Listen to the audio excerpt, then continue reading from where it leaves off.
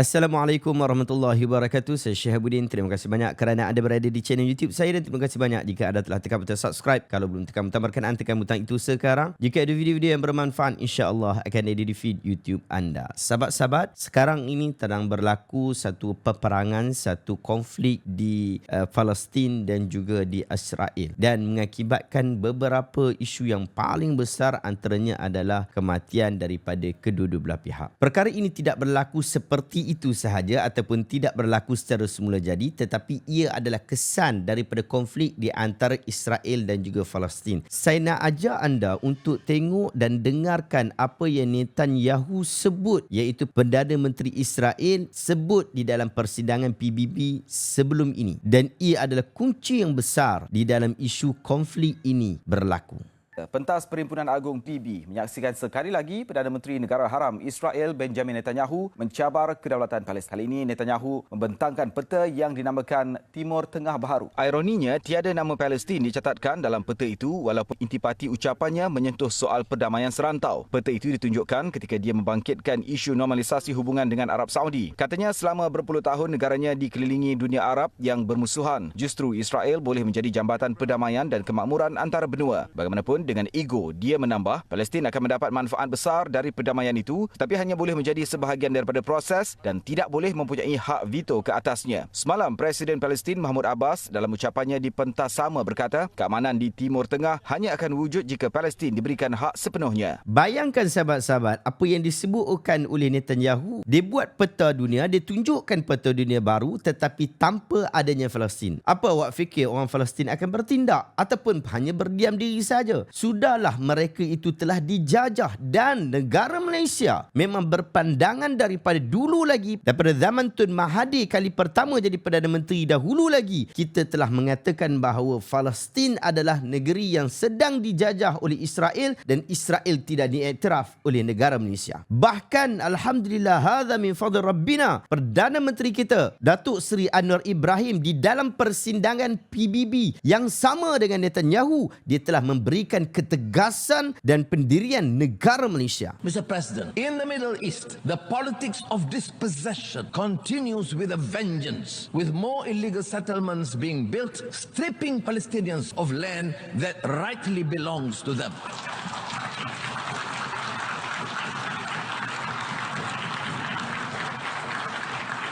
This constitutes a gross violation of international law. It also poses an insurmountable obstacle to a two-state solution, not to mention the continued killings. There is also flagrant hypocrisy in dealing with the issue of Palestine. The international community must speak up against the atrocities committed towards the Palestinians, even as they so vehemently speak out against human rights violations, injustice and abusive regimes.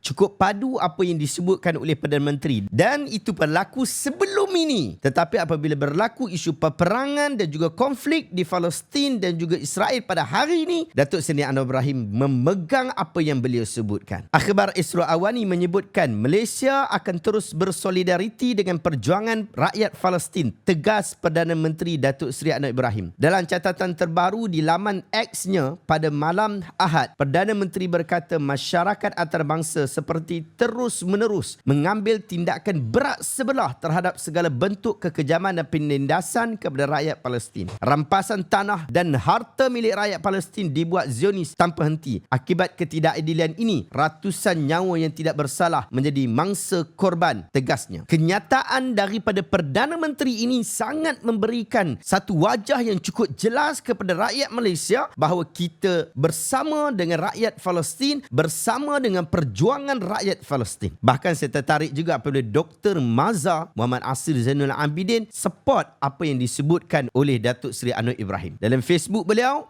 komen, beliau share kenyataan daripada PM Anwar Ibrahim dan dia sebutkan tahniah PMX. Allahu Akbar. Bukan sekadar Perdana Menteri saja yang berpendirian seperti itu, kita rakyat Malaysia juga berpendirian yang sama. Bahkan saya suka apabila yang berhormat juga tidak berdiam diri dengan hal hal ini. Dr. Mujahid Yusof Rawah sebut dalam Facebook beliau, berabad lamanya Al-Quds dibedil rejim Israel, dinafikan hak rakyatnya dibunuh saban hari. Tetapi semalam pejuang Hamas dan Brigad Al-Qassam dilaporkan berjaya memasuki sempadan Gaza yang terletak di selatan Israel. Allahu Akbar. Selama ini bertahun-tahun rejim Zionis telah mengepung Gaza serta menafikan hak keperluan asas kepada penduduk Palestin. Dilaporkan serangan ke atas Israel ini dilakukan ekoran rejim Zionis tidak mengendahkan amaran yang diberikan kerana terus-menerus menyerang Murabitun. Masjid Al-Aqsa merupakan nadi kebangkitan umat Islam. Kemuliaannya perlu dipelihara atas nama kiblat pertama umat Islam. Masjid suci yang ketiga dan tempat Isra' Nabi Muhammad sallallahu alaihi wasallam sebelum baginda Mi'raj ke langit. Ayuh semua, kita rapatkan saf berdoa agar rejim apartheid Israel terkubur. Semoga kebebasan milik rakyat Palestin.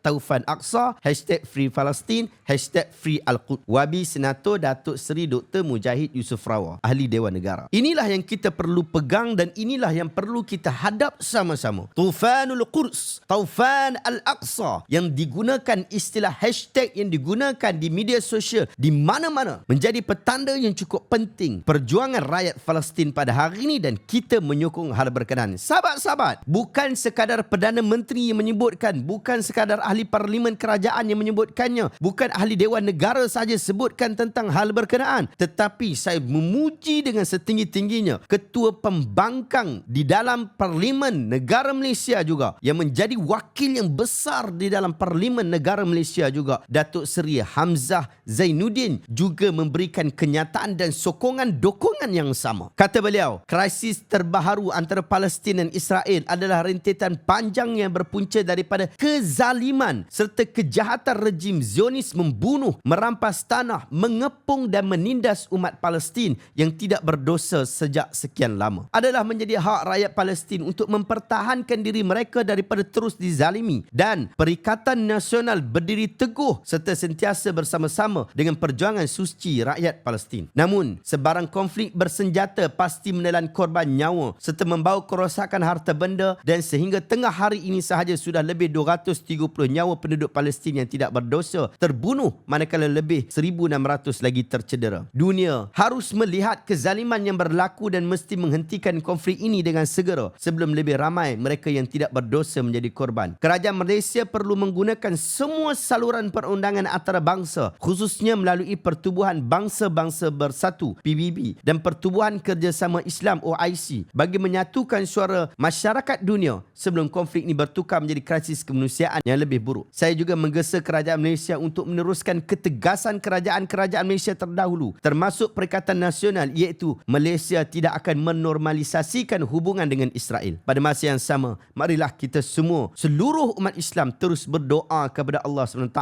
agar diberikan perlindungan dan keselamatan kepada seluruh rakyat Palestin. Datuk Seri Hamzah Zainuddin, Ketua Pembangkang 8 Oktober 2023. Menariknya, dengan pelbagai kenyataan-kenyataan daripada tokoh-tokoh negara Malaysia kita ini, maka Menteri Agama yang diketuai oleh Datuk Seri Dr. Naim telah memberikan kenyataan yang saya rasa begitu patut juga. Beliau menyebutkan munajat untuk Palestin. Saya menyeru supaya seluruh umat Islam untuk menunaikan solat sunat hajat dan membaca doa qunut nazilah serta bermunajat untuk saudara-saudara Islam di bumi Gaza, Palestin. Masjid-masjid utama di bawah Jabatan Kemajuan Islam Malaysia JAKIM, iaitu Masjid Negara, Masjid Putra dan Masjid Tunku Mizan Zainal Abidin Putrajaya akan mengadakan solat hajat pada Isnin 9 Oktober selepas solat Isyak. Begitu juga semua masjid dan surau di wilayah Persekutuan Kuala Lumpur, Putrajaya dan Labuan di bawah seliaan Jabatan Agama Islam Wilayah Persekutuan Jawi akan mengadakan solat hajat pada tarikh dan waktu yang sama. Saya turut menyeru kepada Majlis dan Jabatan Agama Islam Negeri-Negeri untuk sama-sama menyahut saranan ini untuk mengadakan solat hajat di masjid dan surau negeri masing-masing. Dan Alhamdulillah, antara negeri yang terawal respon terhadap hal ini ialah negeri Perlis. Dengan segera keluar satu kenyataan daripada Jabatan Mufti Negeri Perlis yang ditujukan kepada semua imam di negeri Perlis. Assalamualaikum warahmatullahi wabarakatuh. Yang berbahagia Tuan Imam, saranan mengadakan qunut nazilah di negeri Perlis dengan hormat dan takzimnya perkara di atas adalah dirujuk. Untuk makluman pihak Tuan, pada masa kini umat Islam di Palestin sedang memerangi Zionis yang menjajah negara mereka. Sehubungan dengan itu, jabatan ini mengesyorkan agar masjid-masjid yang berbahagia Tuan Imam untuk mengadakan bacaan qunut nazilah pada setiap salat fardu 5 5 waktu. Bacaan kunut nazilah itu dilaksanakan pada rakaat terakhir solat 5 waktu bermula solat zuhur pada 9 Oktober 2023 sehingga arahan memberhentikannya dikeluarkan. Bersama-sama ini disertakan panduan doa kunut nazilah untuk rujukan yang berbahagia Tuan Imam dan anak-anak qariah masjid di negeri Perlis. Kerjasama yang berbahagia Tuan Imam dalam hal ini didahului dengan ucapan ribuan terima kasih. Sekian wassalam. Malaysia Madani berkhidmat untuk negara. Tahun Melawat Perlis 2024-2025. Saya menjalankan amanah Profesor Datuk Arif Perkasa, Dr. Muhammad Asri Zainal Abidin. Alhamdulillah, kita bersyukur kepada Allah Ta'ala. Kita masih lagi dikurniakan dengan kemerdekaan seperti ini dan kita berharap rakyat Palestin juga mendapat kemerdekaan yang sama. Semoga video hari ini dapat memberikan kesedaran kepada kita bahawa ada lagi daripada kalangan saudara mara kita yang masih lagi terjajah, yang masih lagi dikuasai oleh orang lain. Mereka tidak bebas untuk bersuara, tidak bebas untuk hidup. Hak mereka tidak diberikan. Mereka itu adalah saudara mara kita di Palestin. Bantulah apa sahaja yang kita boleh bantu daripada sudut kewangan, daripada sudut doa dan daripada sudut menyebarkan berita-berita benar tentang perjuangan mereka. Wallahu ta'ala alam. Jumpa lagi dalam video reaction seterusnya. Assalamualaikum warahmatullahi wabarakatuh.